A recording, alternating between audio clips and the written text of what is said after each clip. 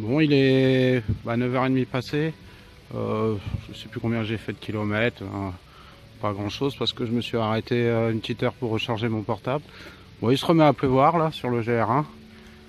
Bon, j'ai l'air de m'en plaindre, mais en fin de compte, c'était un peu le but de cette deuxième phase d'entraînement. Me confronter à la réalité du terrain et à des conditions difficiles. Je m'attends pas à avoir 365 jours de beau temps sur le Grand Sentier de France. Donc au final, c'est une très bonne expérience. Ça m'aura permis de voir ce que je peux améliorer et comment gérer l'humidité sur plusieurs jours.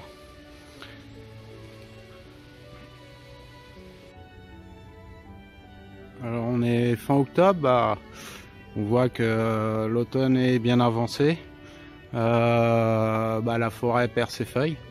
C'est une des méthodes qui est prônée par la permaculture, c'est d'utiliser des couvertures du sol en fait pour maintenir l'humidité des sols et éviter de trop arroser. Donc en fait, ça s'inspire de la forêt tout simplement. Hein. À l'automne, les arbres perdent leurs feuilles, ça recouvre le sol, ça va composter, ça va ramener des matières fertiles pour la forêt pour le printemps prochain. Et puis tout l'hiver, la terre est protégée du battement de la pluie. Et ça évite que les éléments fertiles de la terre s'échappent avec les pluies hivernales. Donc en fait la permaculture c'est ça, hein, c'est s'inspirer de la nature. Et c'est pour ça que je pense qu'à l'heure actuelle c'est important de se reconnecter à cette nature justement qui nous montre le bon exemple. Faut savoir que ça nous coûte 100 milliards de dollars par an pour envoyer 6 hommes vivre dans la station spatiale où faut leur envoyer de la nourriture, faut recycler leur urine pour qu'ils puissent boire. Je suis pas très sûr qu'on puisse compter sur la planète Mars pour pouvoir extraire des minerais et pouvoir alimenter 7 milliards d'humains sur Terre. Donc je pense que la Terre a su nourrir 7 milliards d'êtres humains. Je pense qu'il faut se reconnecter rapidement à la nature. La technologie nous en a éloignés. Je pense qu'en fait, c'est le grand challenge du prochain siècle. Grâce à la technologie, grâce à nos connaissances acquises, c'est de comprendre mieux comment fonctionne la nature. On n'a qu'un caillou pour vivre, hein. Je pense qu'il faut le préserver.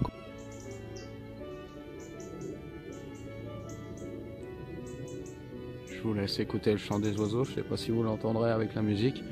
Bon là, il est 10h15 passé, j'ai fait un peu moins de 10 km, j'y vais tranquille ce matin. Je me fais une petite pause, j'ai trouvé un banc, donc le banc c'est parfait pour le randonneur.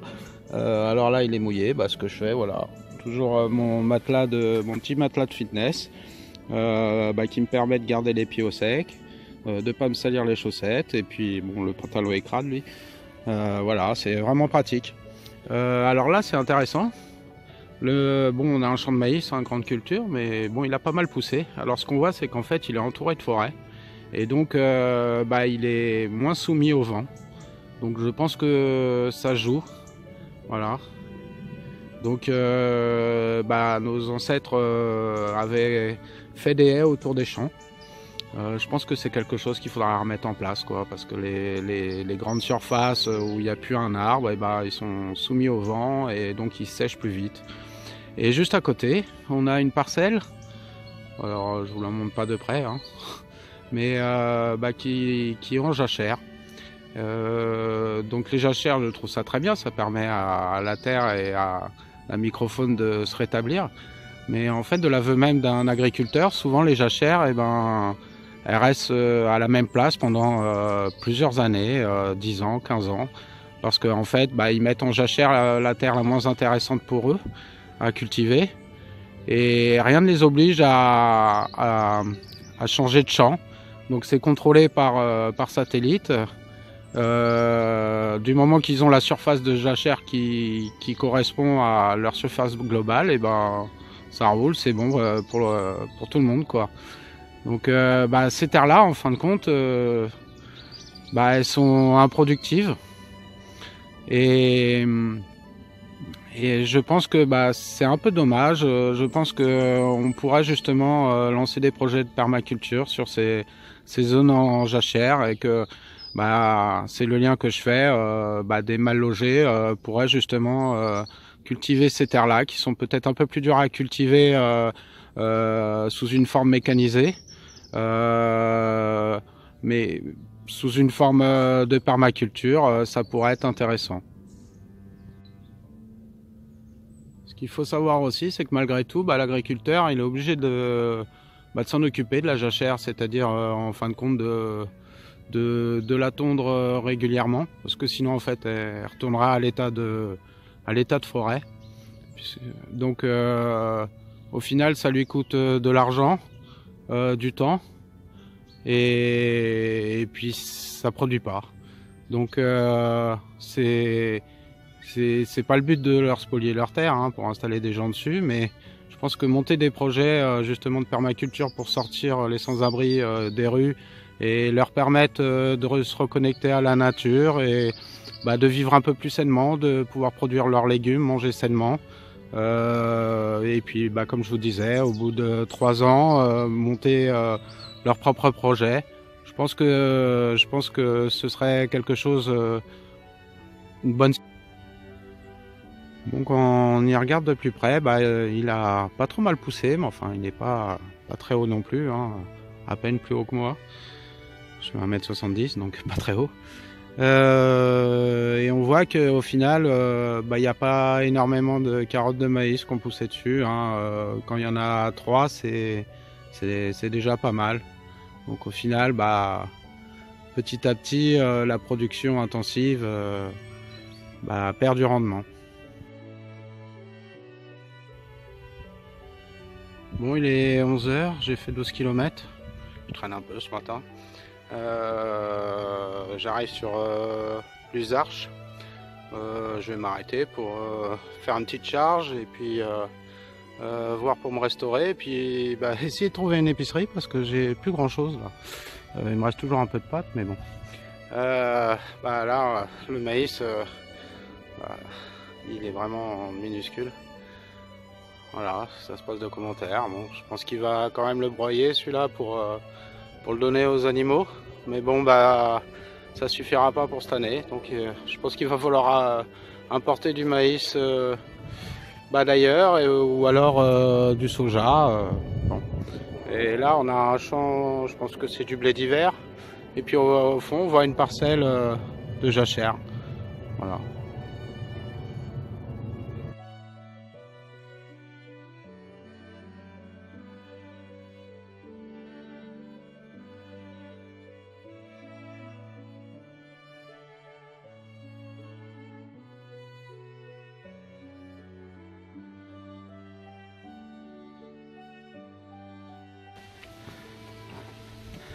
Bon, là il est 14h, je repars tout juste.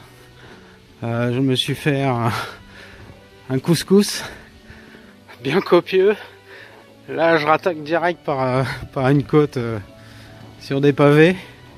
Bon, voilà. Je sais pas si je vais faire grand chose aujourd'hui, mais j'avais besoin de manger un peu équilibré. Le couscous nickel quoi. De la viande, des féculents, des légumes. Ça change des sandwichs de la... Bon, là je me suis arrêté, je suis un peu embêté. En fait le GR1 là il est contigu avec le GR 655 il me semble. En fait un des GR qui mène à Compostelle.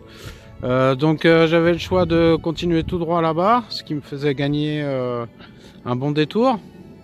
La trace que je suis avec mon portable, normalement je dois me diriger par là. Et en fait les repérages pour le GR sont là. Donc soit je suis l'ancienne trace, soit je suis les nouvelles. Je pense que c'est ce que je vais faire quand même là, exceptionnellement pour cette fois-là. Mais bah voilà, le chemin de grande randonnée, il est régulièrement revu et bah des fois on a des doutes si on n'est pas à jour au niveau des traces. Bon, une fois de plus, j'ai été opportuniste. J'ai trouvé un noyer qui portait des noix parce qu'en fait cette année ils ont pris la gelée au printemps et on trouve assez peu de noix. Et là il y en avait, elles sont pas énormes. Mais voilà, j'ai dû en ramasser pas loin de 500 grammes. Donc c'est toujours ça de gagner. Ça me fera un petit dessert pour ce soir et puis un petit encas pour demain matin. Bon, là j'ai accéléré un peu le pas. Il devrait y avoir un bar normalement dans à peu près 1 km. Il est 16h30. Alors, si je peux faire une petite charge et puis faire mon plein d'eau avant la nuit. Je vais pas rester longtemps, peut-être une vingtaine de minutes quoi. Parce qu'ensuite à 3-4 km normalement je devrais retrouver une forêt, donc je vais essayer de l'attendre ce soir pour mon bivouac. Voilà, je pense que je ferai plus de 25 km ou pas loin.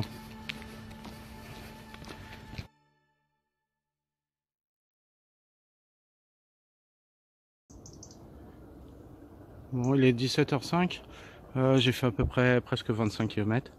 Donc là en fait je continue un peu sur le GR, mais ensuite je vais sortir un peu du GR pour me trouver rapidement un bivouac dans la forêt.